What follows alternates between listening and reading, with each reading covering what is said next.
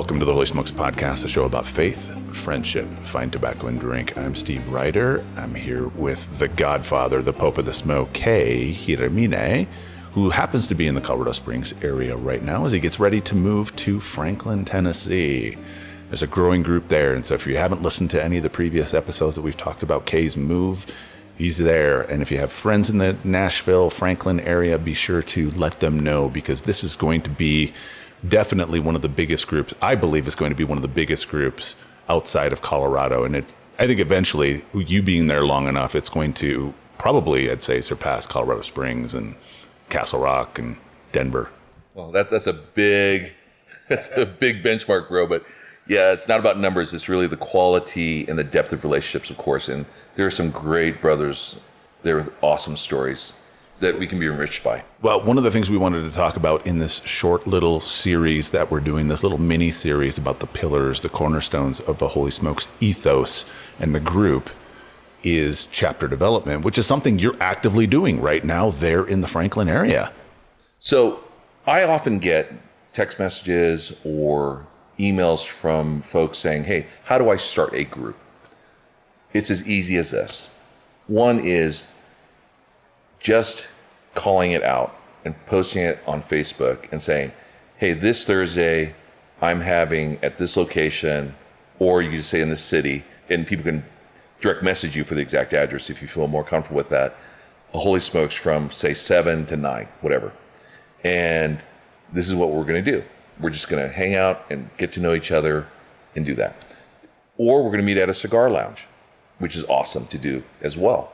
Which is really a great opportunity to get to know some other people that are there and start to hear their stories. And then, hey, we're going to be meeting at my place on Friday night. You should come on over. Yeah. Here, what's your cell number? And really the spectrum is this, bro, is part of the rules is you can basically do whatever you want as the Holy Spirit leads. That's rule number 4, is that it could be anything from just a get together and hang out and invite the neighbors over who don't even know Jesus yet. I'll call them pre-Christians, to having a Bible study at the cigar lounge. And you do it like every third Thursday, and you're consistent with it. And these are some of the key things that we learned that's the magic sauce of success. One is really leadership. You have to have someone who's a champion who's going to really say, you know what, I really want to start a Holy Smokes club in my city. That's one. Number 2 is having someone in the group, whether it's you as a champion or someone that you're partnering up, like your wingman.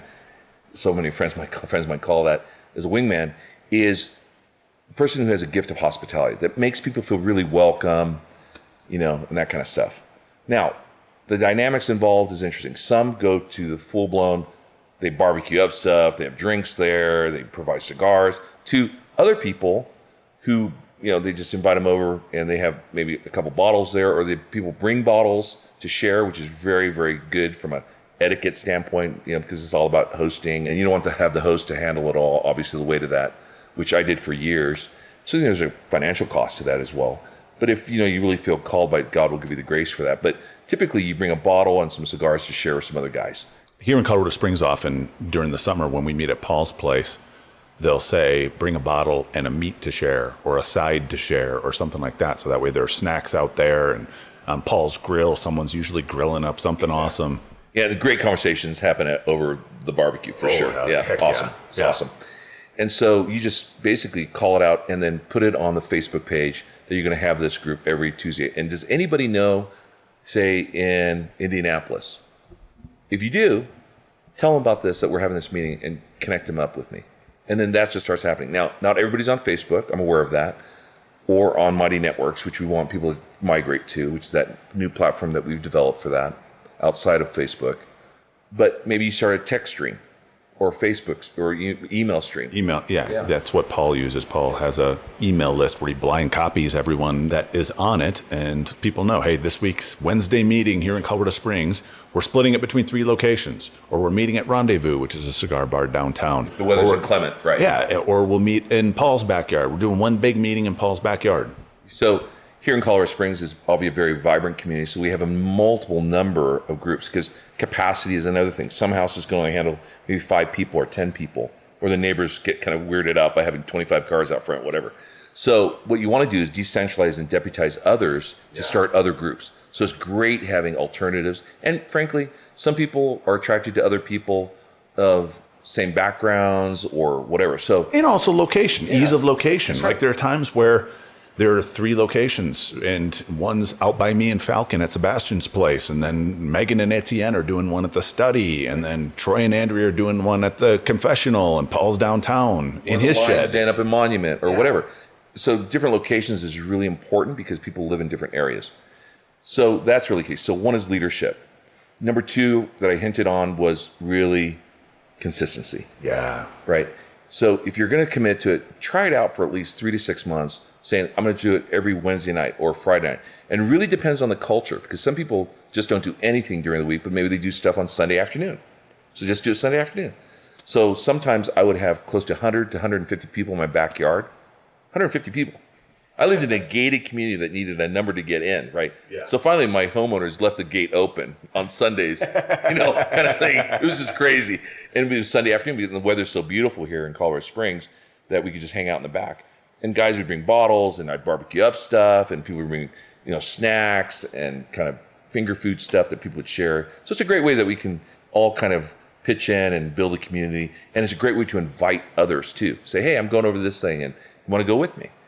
And so we have many guys that use this as a men's ministry outreach as well. So those are some of the 2 key things about starting a group. Now, if it gets to about 20 people in a city, just contact me or Steve.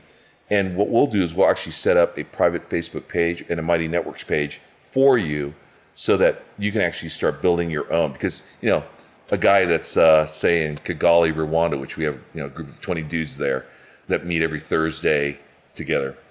They don't want to be bombarded by, 500 messages from the U.S. that really has no relevancy to them. They can't go. But they have their own Facebook page now that they convene guys, and they're starting to grow and expand that to the missional community there. One of the things I absolutely love, and it really intrigued me the most about the Mighty Networks group that we've created, is the ability to create individual chapters. I mentioned it on a previous episode that, for some of these areas, we're starting big with the state, and then we can eventually take it down and we can create regional groups, city groups, county groups.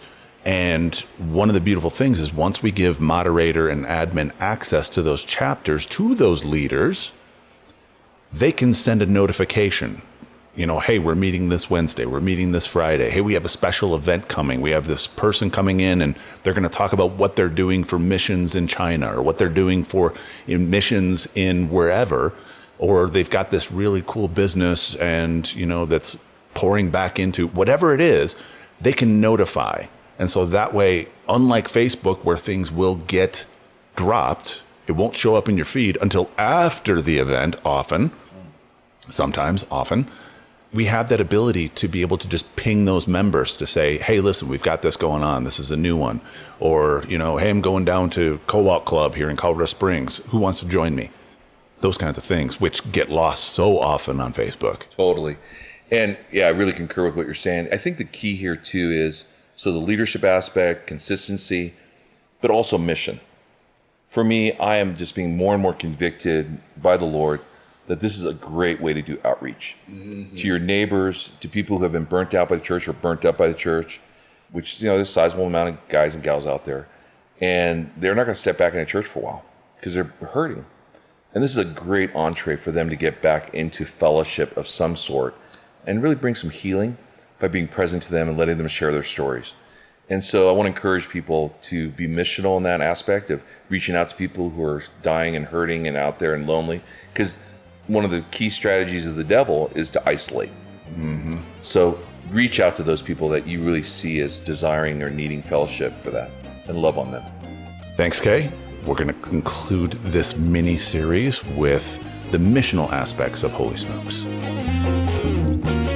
Hey everyone, I wanted to announce that we have Holy Smokes gear. That's right, we have swag.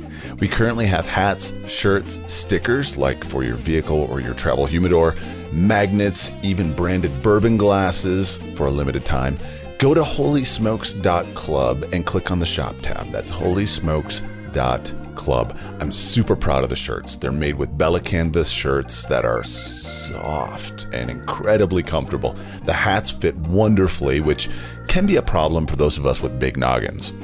We plan on having a lot more to offer, like Guayabera shirts, additional t-shirt designs, beanies, polos, hoodies, cigar accessories, and much more. Check it out. And even if you don't make a purchase now, be sure to sign up for that email list, as I've thrown a couple big discount coupon codes for those exclusively on that list. So click the shop tab at HolySmokes.club. Thanks.